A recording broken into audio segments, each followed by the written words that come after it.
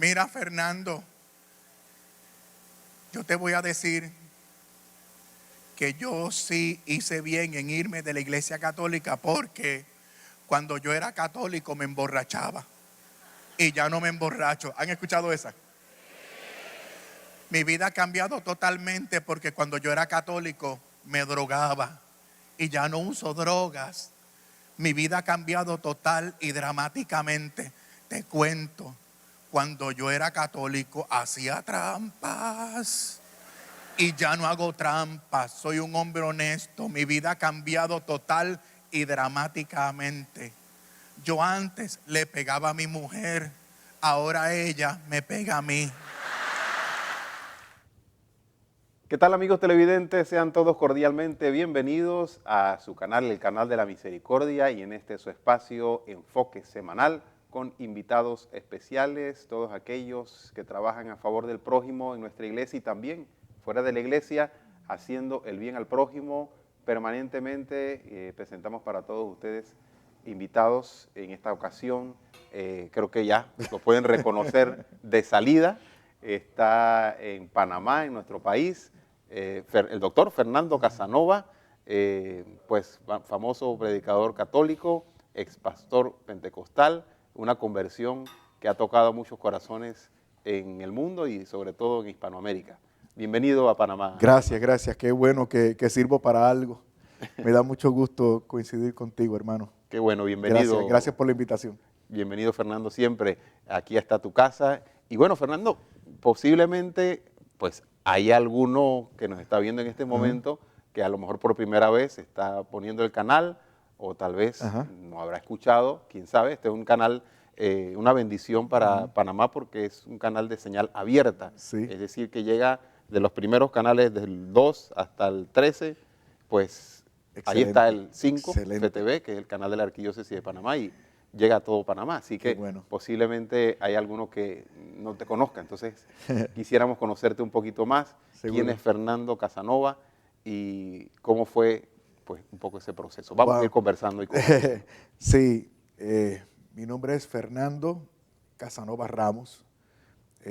Puertorriqueño. Puertorriqueño. Nací y me crié y vivo en Puerto Rico. La gente me conoce principalmente por mi testimonio de conversión a la fe católica. Lo que a veces no saben es que yo nunca había sido católico en mi vida. O sea, no es que yo estaba en una iglesia no católica y luego entonces, que yo hubiese nacido en la iglesia católica y entonces hubiese sido protestante, que es lo que le pasa a muchas personas, ¿no? En el caso mío, yo nunca había sido católico en mi vida. Yo nací, me crié en una iglesia de extracción pentecostal y llegué a ser ministro licenciado de aquella denominación, que era la denominación, lo que se llama la Iglesia de Dios, que era la denominación pentecostal más antigua del mundo, fundada en 1889 por James B. Tomlinson. Y llegué a hacer algunas tareas pastorales y también me involucré en el ministerio que llamábamos evangelístico o de evangelización, y también enseñé en el seminario de nuestra denominación y en otras instituciones también, a nivel de licenciatura que dicen ustedes y a nivel graduado. Prácticamente, ¿desde qué edad, Fernando, iniciaste en estos caminos? Wow, desde niño. Desde niño. Yo tengo memoria de que mi primera predicación fue a los 8 años de edad. Mi primera predicación fue a los 8 años de edad.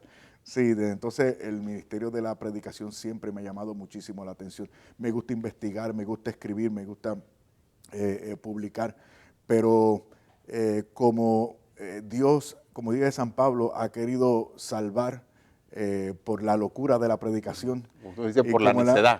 Sí, exactamente. La necedad de la predicación. Exactamente. Y como la exposición de la palabra de Dios produce fe y alimenta la fe, pues siempre me ha llamado mucho la atención y me ha gustado mucho el ministerio de la predicación. Y ahora más. Bueno, en resumidas cuentas, hubo un momento dado, ejerciendo mi ministerio, que fui percatándome de algunas cosas.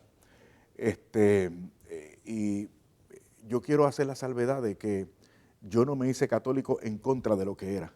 Yo no me hice católico en contra de lo que era. Yo le estoy muy agradecido al Señor por aquel pasado protestante, ¿no? Porque fue ahí donde yo pues me introduje en la escritura, aunque no gozaba de tener contacto con la plenitud de la fe que ahora sí tengo como católico.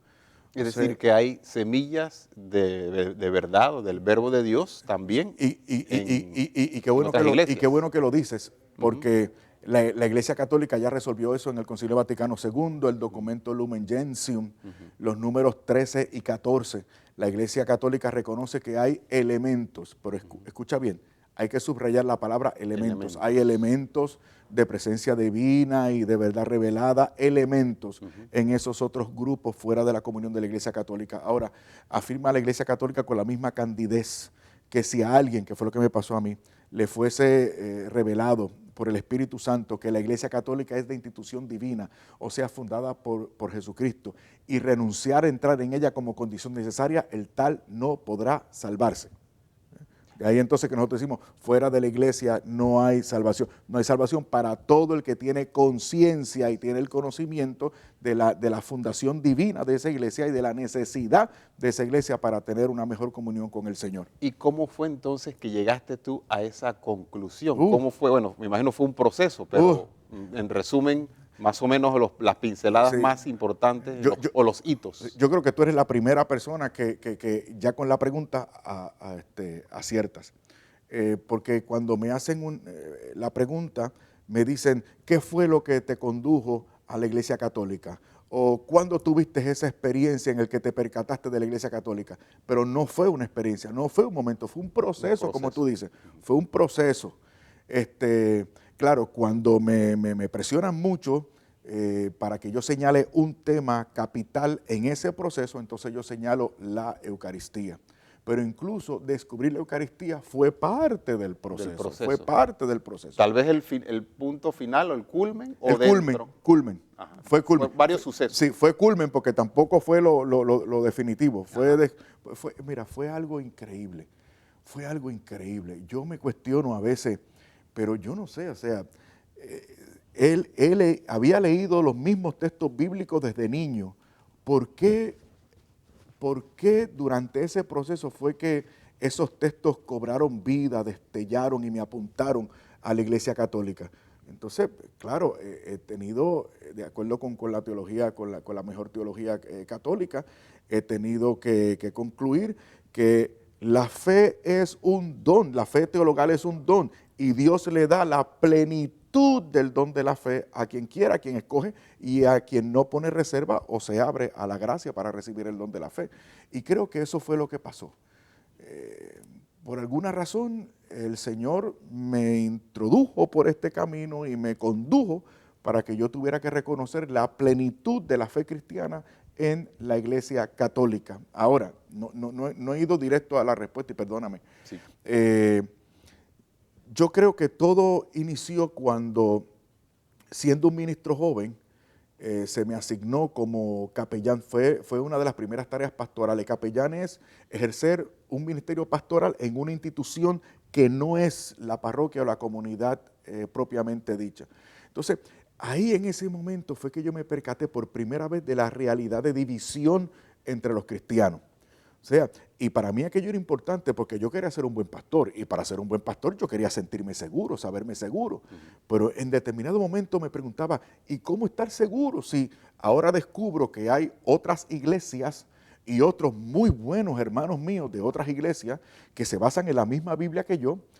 Decimos estar inspirados por el mismo Espíritu Santo y sin embargo estamos irremediablemente divididos y no nos ponemos de acuerdo ni siquiera en asuntos medulares de fe cristiana. Y lo que yo me estaba postulando como problema se basó también en el descubrimiento de mi parte de los documentos de incorporación del Consejo Mundial de Iglesias. Permíteme 30 segundos. Claro que sí. El Consejo Mundial de Iglesias es el órgano ecuménico más importante del mundo. Fundado por las principales denominaciones protestantes en 1948, allá en Ginebra. Y decían mis hermanos evangélicos, decían en esos documentos, que inician el diálogo para procurar la unidad entre ellos, ya que se han dado cuenta que su realidad de división es un enigma, es un escándalo y es un pecado que atenta contra lo originalmente dispuesto por el Señor en el Evangelio según San Juan, capítulo 17, cuando el Señor en aquella oración sacerdotal pide por la unión de su iglesia. Así que ese fue el problema que me introdujo en esta búsqueda sin pretender encontrarme con la Iglesia Católica. De hecho, cuando comencé a prefigurar a la Iglesia Católica, entonces me resistí. No, esto no puede ser. Yo mejor busco otras vías. Interesante. Y en ese sentido, en ese descubrir de la Iglesia, de esa verdad, en esa búsqueda de esa verdad, entonces eso fue como que tal vez el primer atisbo, por decirlo así, y de autocuestionarse. Sí. Y ya luego, posteriormente, ¿cómo fueron suscitándose esos acontecimientos? Bueno, sí, porque sí, es verdad lo que tú dices. Una cadena, por ejemplo, ese primer dilema desembocó en lo siguiente. O sea, me preguntaba, pero ¿acaso no es la Biblia suficiente para mantener la unidad del cuerpo de Cristo? Por la que Cristo oró, por la que lucharon, porque yo era lector del Nuevo Testamento, yo enseñaba la Escritura y yo estaba consciente del esfuerzo que llevaban a cabo los apóstoles. Están en las cartas apostólicas o las cartas católicas en el Nuevo Testamento. Los apóstoles luchaban de forma férrea para mantener la unidad de la iglesia y la integridad de la doctrina santa y pura de nuestro Señor Jesucristo. O sea, esto es serio, esto era serio. Pero entonces me preguntaba, primero, ¿por qué no estamos unidos? Segundo, ¿por qué la Biblia no ha sido suficiente para mantener la unidad? Claro está, los que hemos estudiado un poquito sabemos, lo que pasa es que no tenía conciencia, pero caí en la cuenta de que primero surge la iglesia. Primero aparece, en la historia aparece la iglesia, no aparece la Biblia, aparece la iglesia. Y luego la Escritura, sobre todo el Nuevo Testamento, fue redactado en el seno de la iglesia, por hijos de la iglesia, desde el culto y la fe de la iglesia. Y fue la misma iglesia la que tarde por allá, por el siglo V, determina el listado de libros sagrados que hoy todos los cristianos tienen en sus Biblias. Exacto. O sea, viste cómo una cosa fue llevando a la otra. Y luego entonces, luego entonces viene el tercer momento. El tercer momento es, ok, la Escritura no ha sido suficiente para mantener la unidad. Perdón, Fernando, pero en ese momento aún tú no eras consciente de quiénes habían redactado y aprobado los libros del Nuevo Testamento, del Evangelio. Esa pregunta es buenísima. Y te voy a decir por qué. Porque estudiosos protestantes lo saben, pero no caen en la cuenta. O sea, no despiertan o no descubren el significado de lo que saben. Dicen los mexicanos, dicen no les cae el 20. Eso mismo. La peseta no les ha caído. Exactamente. Por ejemplo, cuando te dicen, la Iglesia Católica apareció en el 313 con el edicto de Milán de Constantino. Primero no fue un edicto de oficialización, sino de tolerancia al cristianismo y a todas las demás religiones. Y luego entonces dice, esa iglesia se corrompió en el 313, pero luego en el concilio de Éfeso. Antes de terminar ese mismo siglo IV, tenemos a esa misma iglesia, entre comillas, corrupta, que se había corrompido, definiendo lo que ellos creen acerca de la Santísima Trinidad. Exacto. Y creen en todo lo que está, digamos, las Sagradas Escrituras, el Nuevo Testamento, todos los libros del Nuevo Testamento. Bueno, San Agustín mismo... ¿Quién la aprobó? Sí, exactamente, fue la iglesia. Fue la iglesia católica la que supuestamente se corrompió. O sea... Por eso es que la pregunta es buena, porque sí, yo sabía esas cosas, pero no me había, como dicen los mexicanos que tú dices, no me había caído el 20. Y entonces, pero nada, seguía reflexionando en ese sentido. Luego entonces el tercer momento fue el momento del criterio de autoridad. Decía, ok, la Escritura no ha sido suficiente, sino al contrario, la libre interpretación y estipulación de lo que enseña la Biblia por cada cual, pues ha sido la causa principal, hermenéutica o de interpretación por la cual se han dividido los cristianos. Pero entonces me preguntaba, ¿Y cuál fue el criterio de autoridad establecido por el Señor para que esto no sucediera? Y fue entonces que descubrí el elemento de apostolicidad. El Señor estableció un criterio de autoridad para que nadie se equivoque y fueron los apóstoles, o sea, los primeros obispos. Interesante, interesante, Fernando. Amigos televidentes, no sé, creo que la cosa se está poniendo muy interesante, Está chévere, muy está buena. chévere. Creo que va a ser de mucho provecho para todos. Si no me equivoco, creo que vamos a hacer un cambio en este momento y vamos a continuar, amigos televidentes, con más de Enfoque Semanal, con este interesante encuentro, entrevista, compartir con nuestro hermano Fernando Casanova, predicador católico y con un gran testimonio de conversión. Así que regresamos en breve, no le cambie que esto se está poniendo muy bueno. Adelante. Pero con el debido respeto tengo que decirlo. El problema con mis queridos hermanos separados es que leen mucho la Biblia, pero la entienden poco. El problema de los católicos es que no entienden nada porque no la leen.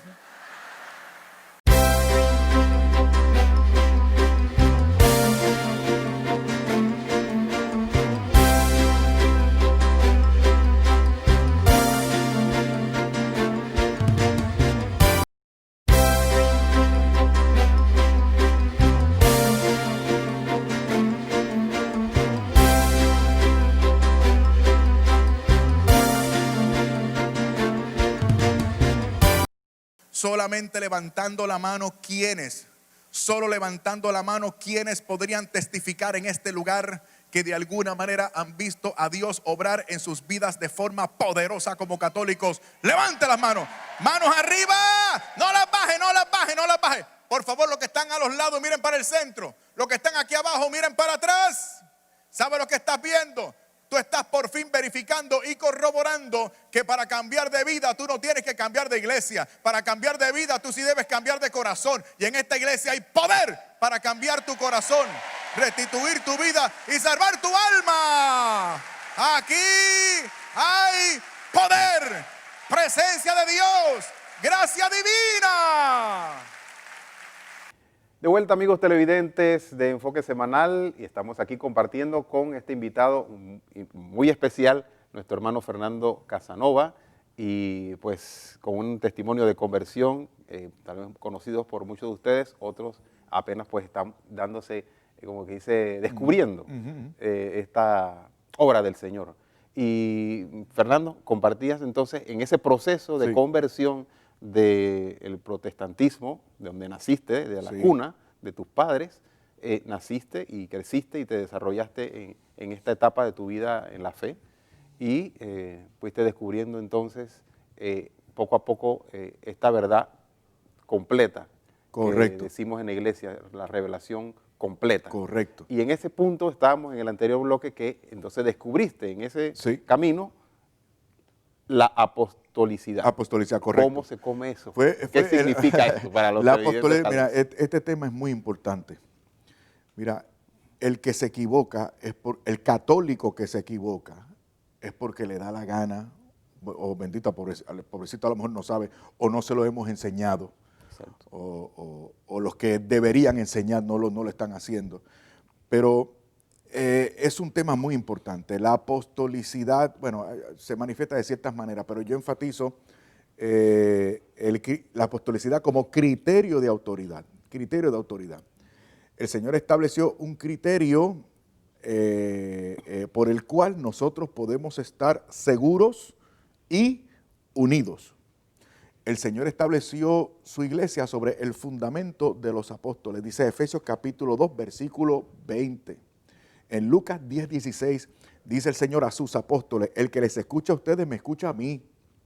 San Pablo llega al extremo en Gálatas 1:8, dice: si un ángel del cielo desciende mostrando una doctrina distinta a la que han recibido de nosotros, o sea, los apóstoles, sea anatema, significa maldito. Hechos capítulo 15, me están viniendo los textos a la mente ahora mismo. Hechos capítulo 15, hay un problema en Antioquía, el problema de los que tenían los judaizantes con la circuncisión para hacerse cristianos. Ellos postulaban que los que vinieran del mundo gentil para hacerse cristianos de verdad tenían que circuncidarse. Y Pablo y Bernabé, que dirigían aquella comunidad, fíjate qué interesante, no lo echaron a votación porque no es una iglesia democrática, ¿ya? No lo buscaron en la Biblia, mira qué interesante, y esto es importante también porque la única Biblia que ellos tenían en aquel momento era el Antiguo Testamento, y el Antiguo Testamento estaba del lado de los judaizantes, para comenzar por ahí. Pablo y Bernabé fueron a Jerusalén a consultar con los apóstoles, con los primeros obispos. Y en ese mismo capítulo 15, en el versículo 28, me parece que se levanta el obispo de Jerusalén, Santiago, y mira cómo introduce la resolución del asunto. Dice, hermano, nos ha parecido bien al Espíritu Santo y a nosotros. Ese es el cuerpo rector, esa es la autoridad. Luego entonces nosotros sabemos, por evidencia histórica irrefutable, que esa misma iglesia, entendiendo que ese criterio no podía morir con el último apóstol, porque entonces el criterio establecido por el Señor no era fijo, no era estable. No. Ellos comenzaron a ordenar, ¿ah?, a presbíteros y también a obispos. Y para que se cumpliera esa palabra de Dios, la palabra de Jesús. Yo estaré con ustedes todos los días hasta el fin del mundo. Exactamente, la palabra eterna. Seguro que sí. No era más para los apóstoles y se acabó allí. No podía. Bueno, por ejemplo, tú tienes el caso, por ejemplo, de San Ignacio de Antioquía. San Ignacio de Antioquía, en el año 108, my friend. 108 dice, donde está el obispo, ahí está el Espíritu Santo y toda la gracia. ¿Ah? Tú tienes, Clemente de Roma, en el año 97. Escucha, mi hermano, en el año 97, Clemente de Roma, o San Clemente Romano, era el obispo de Roma, interviene para resolver un asunto en la iglesia de Corinto, y él se arroja para sí la autoridad que tiene para intervenir en otra iglesia, porque él es el obispo de Roma, sucesor de Pedro. Interesante.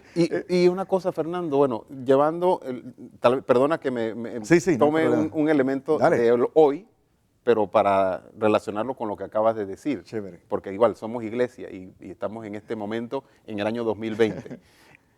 Cuando hablabas del obispo, ¿cómo lo que dijiste hace un ratito? ¿Dónde está? Donde está el obispo, ahí está el Espíritu Santo. Exacto, ahí está el Espíritu Santo. Bueno, y los traspolamos de ese tiempo al momento actual. ¿Y si el obispo no me gusta? ¿Y si el obispo se porta mal? ¿Y si el sacerdote tal cosa? ¿Si el papa dice o hace tal cosa? ¿Qué pasa allí entonces? Bueno, ya no es la iglesia y no hay que obedecer. Qué interesante. Hasta cuando comenzaste a hacer la pregunta, hasta temí, este hombre como que me conoce. Porque hay obispos que a mí no me gustan y hay curas que me caen mal.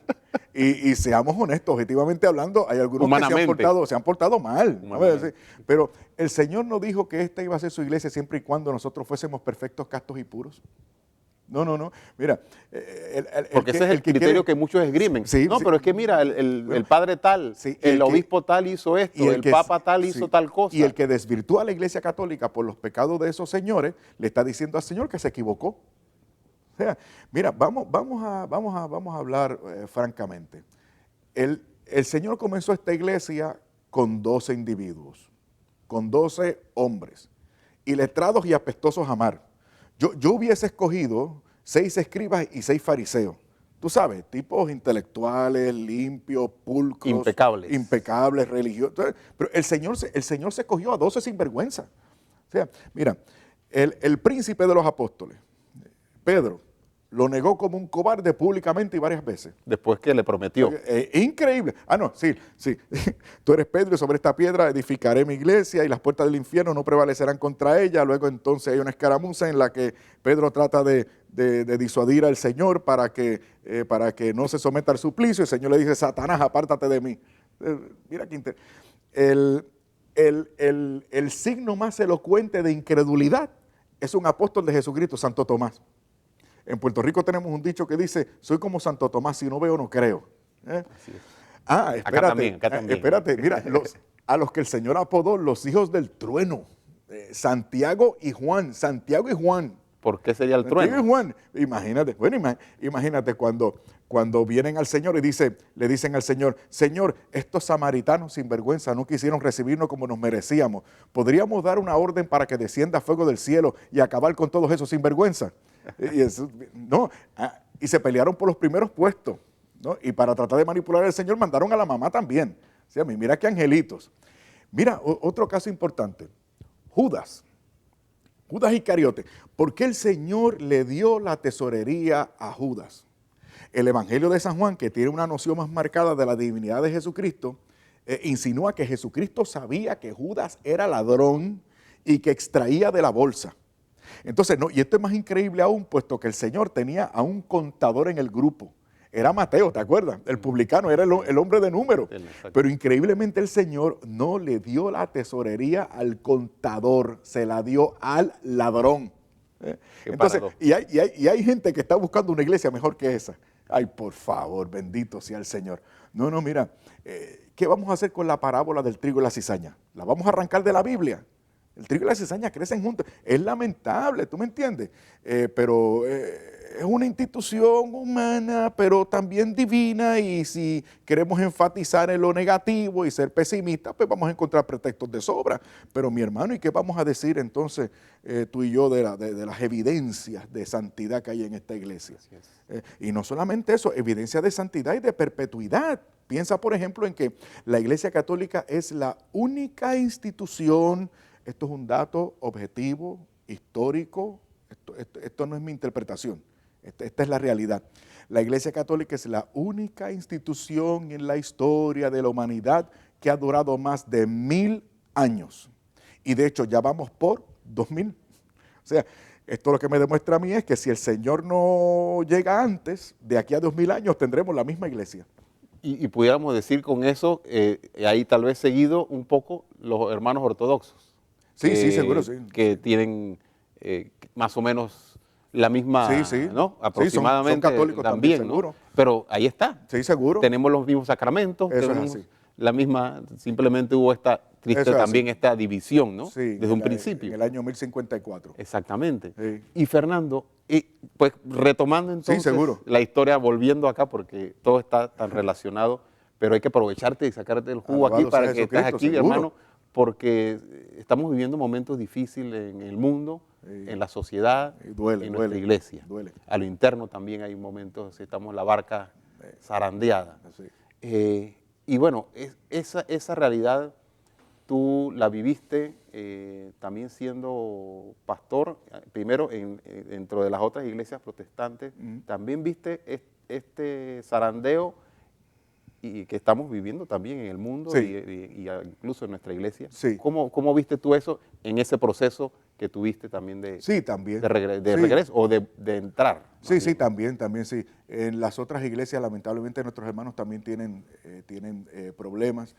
Me enteré hace poco, y es lamentable, que los hermanos de la iglesia evangélica metodista han tenido que incluso reconocer públicamente que un porcentaje importante de su clero tiene problemas de índole sexual serio, de inmoralidad sexual. O sea, eso ha pasado, escándalos con relación de poder, de dinero. Es que los cristianos, perdón Fernando, ¿de dónde venimos? Venimos de una sociedad. Sí. Y entonces se da dentro de la iglesia, pero es porque esto ya viene en la misma sociedad y en la familia, ¿no? Es muy lamentable. Y por eso yo oro, hermano, todos los días, en mi rosario, los hermanos separados, que descubran la plenitud de la fe cristiana, que logren unirse con nosotros para disfrutar del sacramento del altar y unirnos en torno a ese altar. Esa es mi súplica. Yo sé que ellos también están sufriendo, por ejemplo, sobre todo también cuando tú analizas la situación de las principales denominaciones protestantes, ahora con esta nueva moda del, entre comillas, evangelio de la prosperidad, y hay algunos hermanos evangélicos que lamentablemente no permanecen fijos en una iglesia, sino que emigran, van de una, entran a otra, y están en búsqueda siempre de la próxima experiencia religiosa, vibrante y espectacular, de sobrecogimiento de las emociones, y eso es sumamente peligroso porque los hace susceptibles. Y una de las preocupaciones que tienen las principales denominaciones protestantes es que la gente se les está yendo para esas nuevas iglesias de moda, esas nuevas iglesias de espectáculo, de escenarios, de luces, de música estridente. Y es realmente lamentable porque estos hermanos que entran a una iglesia y salen, y quién es el próximo maestro, y dónde está el apóstol ahora, y quién me va a dar esa última gran revelación, no permanecen fijos en una iglesia, van de una a otra, como te estaba diciendo, y al final terminan desilusionados. De emoción en emoción. Y terminan desilusionados, terminan escépticos, reticentes, qué sé yo, se van con los esotéricos, terminan en el ateísmo. Y es realmente lamentable. Ellos tienen también problemas, y lo digo con mucho dolor y con mucho respeto. Ahora, retomando sí. el punto de tu proceso, Okay, dale. entonces en esa parte de, digamos, ese descubrir, ¿qué otro hito fue entonces el que te fue llevando poco a poco a la Iglesia Católica? Mira, como ya me hiciste reconocer, el punto culminante fue la Eucaristía. Fue la Eucaristía. Yo recuerdo que le pedí permiso a mi superior para que me dejara estudiar en la Universidad Católica, porque yo quería enseñar la teología sistemática, pero necesitaba un título a nivel graduado. Entonces la Universidad Católica lo proveía. Entonces, pues sí, fui a la Universidad Católica con la intención de lograr cursos a nivel graduado en teología sistemática o teología dogmática, para cumplir con las expectativas de la agencia acreditadora. Pero allí me encontré en la Universidad Católica con una excelente biblioteca también, una excelente biblioteca también. Estudiaba también en el seminario evangélico tomando algunos cursos. Y yo recuerdo que estaba hablando con un seminarista religioso, y entonces él me invitó a lo que él me dijo era una hora santa. Una hora santa. ¿Y yo qué es eso? Y él trató de explicarme, es una exposición del Santísimo Sacramento. ¿Y yo qué es el Santísimo Sacramento? Y él me decía, ven, me dijo él. Entonces yo me presenté a la iglesia que él me recomendó, ahí yo vi el acto, una cosa que me impresionó muchísimo, ¿no?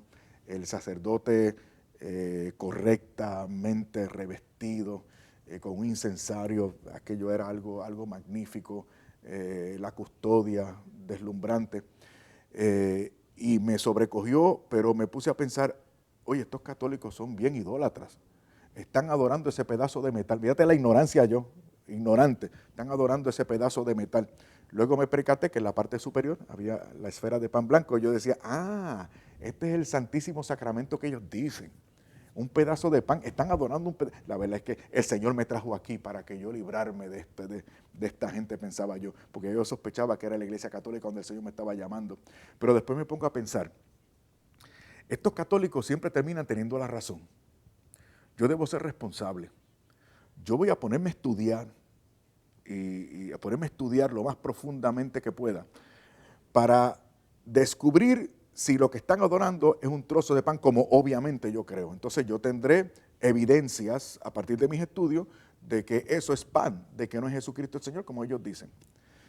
Y esa profundización y esos estudios y esas lecturas y esa investigación me trajeron aquí frente a ti en esta entrevista.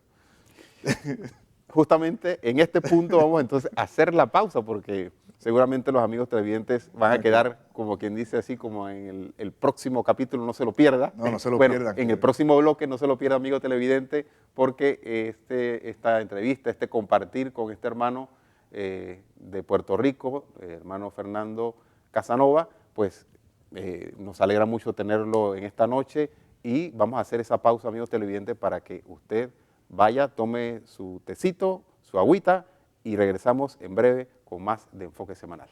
Adelante.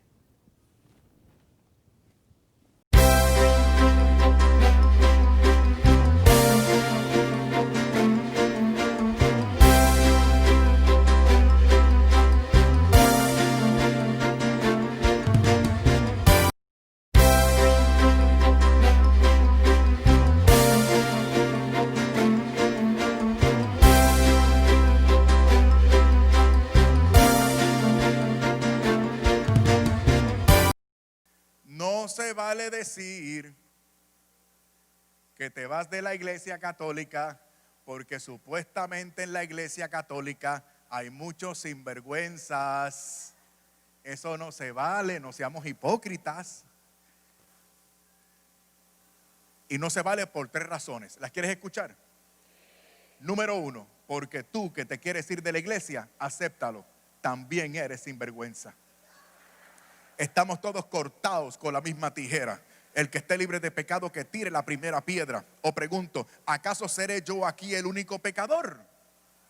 Ah, ustedes también tienen su historia, ¿eh? Hay cosas de mí que yo espero mis hijos nunca se enteren. Razón número 2, porque allá en la iglesia a la que te quieres ir, también hay sinvergüenzas. De allá vengo yo. Son seres humanos, son seres humanos. De vuelta, amigos televidentes de FTV, aquí con su programa Enfoque Semanal y esta interesante entrevista, compartir con nuestro hermano Fernando Casanova. Fernando, y bueno, estamos ya en ese punto culmen de tu proceso de conversión respecto a la Eucaristía. Sí. Y en ese punto descubriste, nos contabas, Sí. de ese encuentro con Jesús sacramentado. ¿Y qué fue lo que pasó después? ¿Quedaste impresionado, impactado? Sí, mira, yo descubrí la Eucaristía en toda la historia de la salvación, en toda la Escritura. Mira, si quieres, desde Génesis capítulo 14, con aquel personaje enigmático, Melquisedec, que es tipo del Señor Jesucristo, por la carta a los hebreos, la institución de la Pascua judía en Éxodo capítulo 12. Me marcó mucho también la profecía de Malaquías, capítulo 1, versículo 10. Malaquías profetiza de un verdadero sacrificio que se va a llevar a cabo no solo en Jerusalén, sino en todo el mundo, e iba a ser participado y protagonizado no por sacerdotes levitas ni por judíos, sino por gentiles, por todas las naciones. El único culto que es sacrificio, que tiene esas características anunciadas por Malaquías, es la Santa Misa, es el santo sacrificio de la misa, no hay otro. Aquello era desconcertante para la gente de la época a la que le estaba hablando Malaquías, porque para ellos el culto tenía, el sacrificio de verdad, los sacrificios de verdad se llevaban a cabo no en todo lugar, sino en Jerusalén. Y no era participado ni protagonizado por gentiles, sino por sacerdotes levitas y por judíos. Tenían la primacía, la primogenitura, por decirlo así. Luego entonces la institución del sacramento por el mismo Jesucristo en Mateo, Marcos, Lucas. San Juan no habla de la institución, pero lo hace más elocuente aún, porque San Juan incluye en el capítulo 6 el discurso del pan de vida. O sea, el Señor usa casi 30 versículos para hablarnos con su boca de comer acerca de su presencia real en ese culto que Él establecía. Yo soy el pan vivo bajado del cielo, quien come de este pan vivirá para siempre, y el pan que voy a dar es mi carne por la vida del mundo. Mi carne es verdadera comida, mi sangre es verdadera bebida. El que come mi carne y bebe mi sangre tiene vida eterna. Yo no quiero sobrecargar esta plática contigo con mucho tecnicismo, pero me tienes que permitir uno, porque esto me ayudó mucho. En el seminario nosotros nos enseñan idiomas bíblicos. Yo escogí el griego koiné, que fue el idioma en el que se escribió el Nuevo Testamento. Y entonces yo estoy siguiendo con mi Nuevo Testamento Nestlé en griego, que es una compilación de los manuscritos existentes del Nuevo Testamento. Estoy siguiendo el capítulo 6. Y hasta el versículo 53 el Señor habla del que se lo come, y la frase en griego es jófage. Pero en ese momento, cuando el Señor es más virulentamente contradecido, el Señor no solamente se sostiene en su punto, sino que cambia la expresión. A partir del versículo 54 ya no usa jófage, sino jotrogon, para hacerlo más crudo, más vivo, más real. Ahora el Señor no habla así, porque en griego hay 2 formas para comer. Una es jófage, que es comer como ingerir alimento, y jotrogon, que es comer con avidez. Es triturar, es masticar, es devorar. Con ansia. Exacto, esa es la frase que usa el Señor. Por eso, a partir de ese momento, la multitud se fue. Vea qué interesante. Y me llamó la atención la actitud del Señor. El Señor no se fue con la multitud. El Señor no le echó a votación una vez más. El Señor no le dijo, quédense conmigo y pueden querer cada cual lo que le dé la gana. Se mantuvo firme. Luego entonces quiero ir a vuelo de pájaro, pero es que este tema me apasiona porque fue lo que terminó por meterme de cabeza en la Iglesia Católica. San Pablo, 1 Corintios capítulo 11, versículos 23 al 26, habla de esa tradición antiquísima de parte de Jesucristo a través de los apóstoles que él recibe la institución de la Eucaristía. Luego él habla a partir del versículo 27 de las consecuencias nefastas de profanar el Santísimo Sacramento. Es una cosa increíble. Luego entonces la definición dogmática, históricamente hablando, o sea, hasta el siglo XIII, nadie había cuestionado de forma seria y sistemática la presencia real del Señor en la Eucaristía. Es una cosa increíble. El mismo San Ignacio de Antioquía que antes citábamos en el año 108, y San Ignacio de Antioquía, discípulo directo de San Juan, en el 108, dice que los herejes se mantienen fuera de la comunión de la iglesia porque no creen que la Eucaristía es la misma carne y la misma sangre del Señor. No es ningún símbolo como No, nada de eso. se escucha en otras denominaciones. Bueno, tanto así que los paganos decían, era tan viva la fe de la iglesia de siempre, que los paganos, una de las cosas, los pobrecitos estaban desde afuera, no sabían, nos acusaban a nosotros de ser caníbales. Los pobrecitos no sabían, ¿no? Pero en definitiva, este fue el sacramento, hermano, que a mí me fascinó, me cautivó, ya yo no podía pensar en otra cosa, tú no tienes idea. Pero esta relación, Fernando, también la lograste lógicamente, el Espíritu Santo actuando en ti, pero todos estos versículos que me has y que nos has expuesto, que todos tienen relación con la Eucaristía. Todos, sí. ¿Cómo llegaste con esa relación de todo eso a lo largo de la Biblia, donde está la Eucaristía a lo largo de la Biblia? Sí. ¿Eso también fue en ese proceso o fue ya en un momento ya muy concreto que llegaste fue en ese proceso de estudio. De descubrirlo a través de la Escritura. Correcto, pero sí hubo un momento, y si tengo tiempo te lo digo lo más rápido que pueda. Fue lo que terminó siendo mi último culto como evangélico. Yo estaba en ese culto, entonces ese culto no lo presidía yo, sino un compañero pastor. Entonces, él va a hacer lo que llamábamos allá la Santa Cena o la Cena del Señor, que ya los que saben, pues saben que es un tipo de degradación, no del verdadero sacrificio eucarístico, el verdadero sacramento, sino una degradación litúrgica que ellos se... Bueno, en resumidas cuentas, mi compañero pastor me invita a que yo pase a la plataforma para que le ayude a hacer aquello que llamábamos la Cena del Señor o la Santa Cena. Cuando yo estoy caminando para ayudar a mi compañero pastor, él dice, hermanos, esto que vamos a hacer a continuación no es lo que cree la Iglesia Católica. Y yo me puse. Dijo él, esto que vamos a hacer a continuación es un símbolo. Es un símbolo. Y cuando él dijo esa frase, es un símbolo, yo tenía el primer pie colocado encima de la plataforma. Y en ese momento, ahí fue que yo tuve que decidir el rumbo del resto de mi vida. Yo te aseguro a ti, hermano, que yo tuve como un coloquio con el Señor, parecido al que tuvo Yahvé Dios con Abraham. ¿Te acuerdas cuando le requería la vida de su hijo en sacrificio? Algo así como, Fernando, ¿sabes de tu ministerio? Sí, Señor. ¿Tu único ministerio? Sí, Señor. ¿El ministerio que tú amas y por el cual te has sacrificado tanto? Sí, Señor. Me dijo él, dámelo. Dámelo. Y tuve que decidir. Di media vuelta atrás, salí por una puerta lateral y nunca más volví.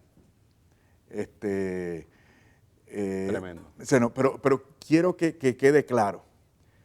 Me hice católico porque es lo correcto, porque el Señor me llamó. O sea, no me hice católico por venganza, ni por desprecio a los hermanos separados, por ni a lo algún que ellos quieren escándalo mucho, que viste ni por un allá. escándalo, no, nada de eso, no. Si son gente buena, son gente decente, son gente bien intencionada, yo los quiero, mira, yo hasta los extraño, tú sabes, pero un hombre tiene que hacer lo que es correcto, y yo hice lo que es correcto, y sigo orando mucho por ellos, porque los amo entrañablemente. Fernando, qué interesante un resumen porque el tiempo es tan corto en televisión, pero posteriormente a esta conversión, supimos, pues, de tantas charlas que hemos escuchado, las dificultades que tuviste, bueno, ese es otro tema, Wow. familiar, en tu esposa, Sí. con los hermanos mismos Sí. que se fueron, te Sí. fueron abandonando también, etcétera. Ya han pasado varios años de todo eso. ¿Tú te has encontrado a lo largo de este tiempo con algunos otros hermanos de tu congregación Sí. o otros pastores, Sí. otra gente que en su momento a lo mejor te rechazó? Y no sé si a lo mejor alguno te ha escuchado, con el que has dialogado, Sí. o tal vez alguno que haya incluso se haya encontrado igual que Sí. tú. No sé Sí, cómo lo has sí, vivido sí, después sí, de todos estos sí, años. sí, hay hermanos que sí, que poquísimos, pero sí han entrado en comunión con la Iglesia Católica. Han Me descubierto he encontrado- también. sí, sí, hace poco me encontré con una señora que me dijo, yo era de la misma denominación y me enteré de su caminar y busqué sus razones y mire, ahora estoy en la Iglesia Católica también. O sea, buenas noticias como esa. Pero también yo tengo ahora que reconocer que yo realmente, mira, yo entré a la Iglesia Católica con esa pasión, que a lo mejor no manifesté el amor y el cariño que debí manifestar por mis hermanos separados. A lo mejor mis primeras proclamaciones fueron muy reaccionarias y eso hizo que ellos también reaccionaran en contra, ¿no? Pero ya se han subsanado las heridas.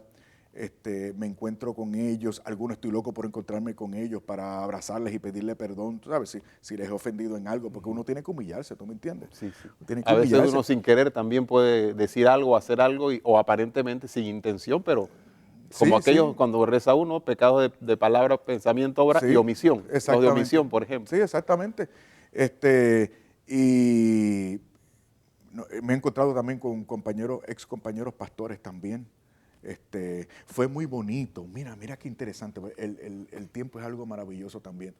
En el funeral de mi papá, un compañero pastor que yo quería y respetaba muchísimo se presentó en el funeral de mi papá.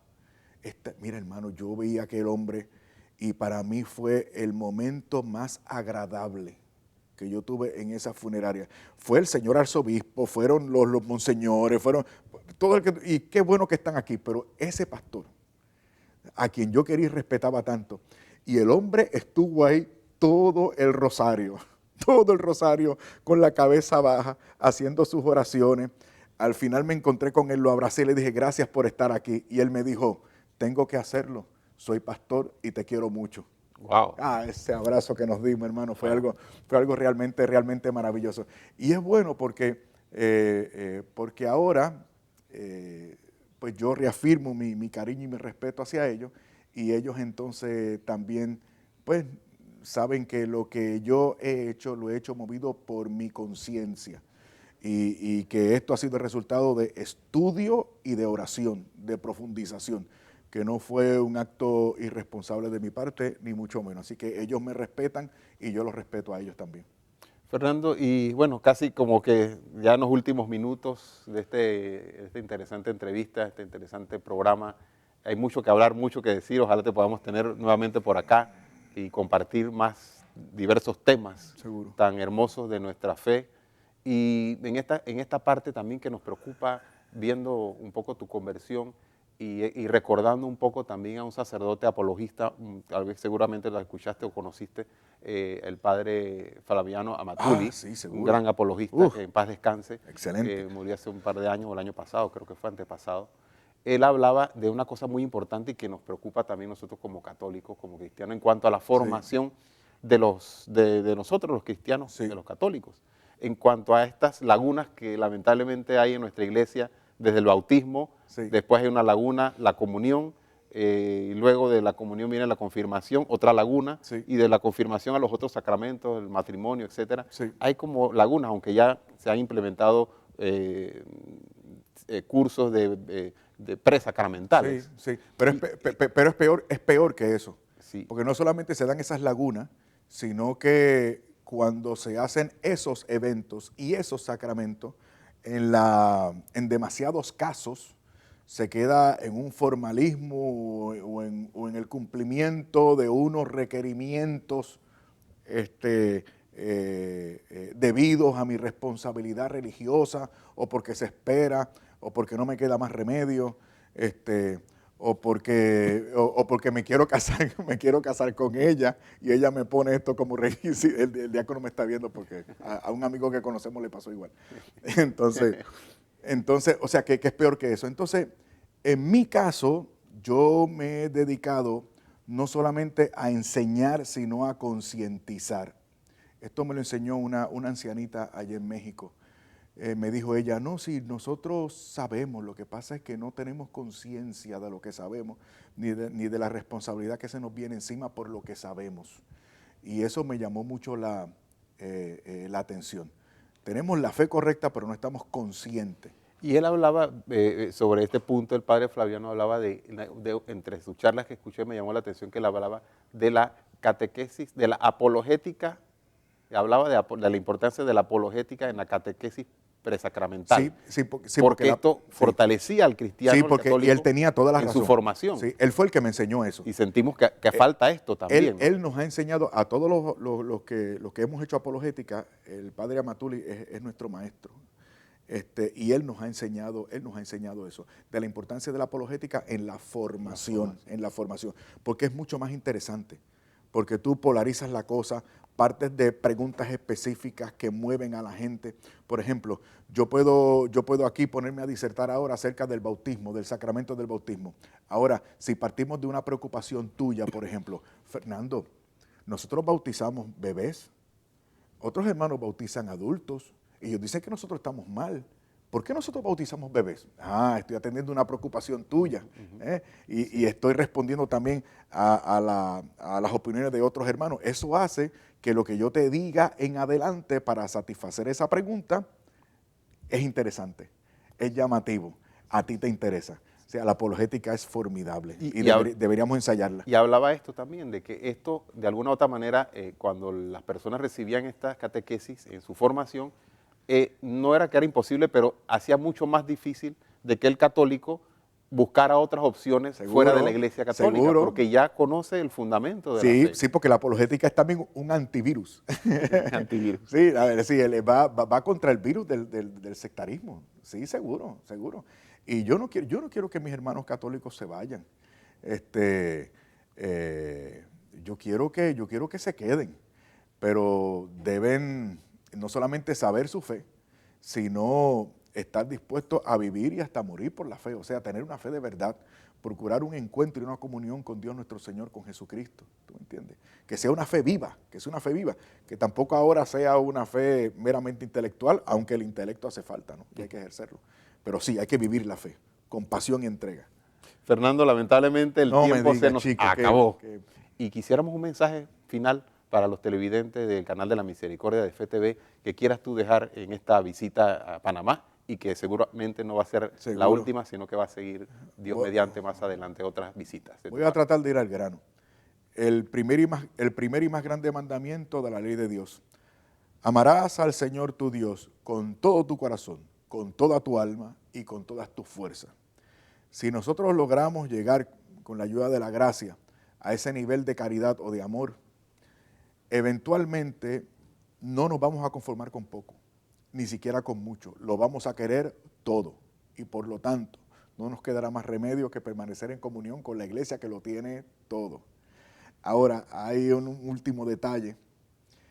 Dice, amarás al Señor tu Dios con todo tu corazón, con toda tu alma y con todas tus fuerzas. Hace poco, leyendo a unos biblistas, descubrí que esa frase, con todas tus fuerzas, en el hebreo, implica no solamente tu capacidad de ejercer trabajo, sino todo lo que tú tienes.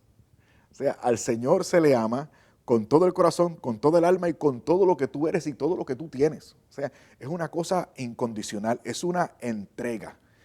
¿Cómo llegar a ese nivel de amor a Dios? Entréguese, hermano mío, entréguese. Y note que no le estoy diciendo, como otros hermanos podrían decir, acepta al Señor como tú, acepta a Jesucristo como tu Señor y Salvador personal. Eso está chévere, pero cuando tú aceptas, estás demostrando tu consentimiento, pero esa no es la entrega. En la Iglesia Católica te estamos diciendo, entrégate, como San Pablo, muérete a ti mismo, crucifícate con el Señor para que puedas resucitar con Dios a una vida nueva y plena. Así que nada, Amarás al Señor tu Dios con todo tu corazón, con toda tu alma y con todas tus fuerzas, con todo lo que tú eres y con todo lo que tú tienes. Amén, que así Con sea. todo. Con todo, con todo. Fernando, pues muchas gracias, Fernando, por estar aquí con nosotros, por compartir con los televidentes. Para nosotros es una gran alegría tenerte aquí. Y bueno, Chévere. bienvenido siempre acá a Panamá. tu Gracias, patria. hermano, gracias. Gracias por estar aquí, amigos televidentes. De esta manera culminamos este interesante programa de Enfoque Semanal. Esperamos que haya sido de vuestro agrado y de mucho beneficio para todos ustedes. Bendiciones y hasta la próxima.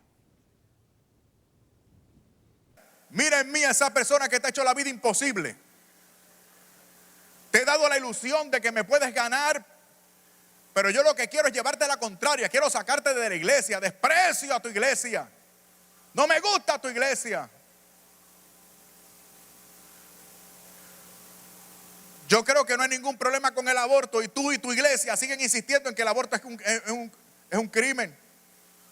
Yo he querido convencerte de que el matrimonio entre personas del mismo sexo es moral, es propio, está bien, no hay problema. Y tú insistes en que el matrimonio es entre un hombre y una mujer. Y eso me molesta, te desprecio, ya no te puedo ganar para mi causa. Estás bien preparado, estás bien preparada. Por eso saco para afuera lo que realmente tengo en tu contra, que es todo este prejuicio que me carcome. Y te digo así como si apestaras. Lo que pasa es que tú eres un católico. ¿Cómo me van a responder? 1, 2 y 3. Sí, soy católico. ¿Y qué? Échale. Échale. A eso me gustó. Eso me gustó. Muy bien.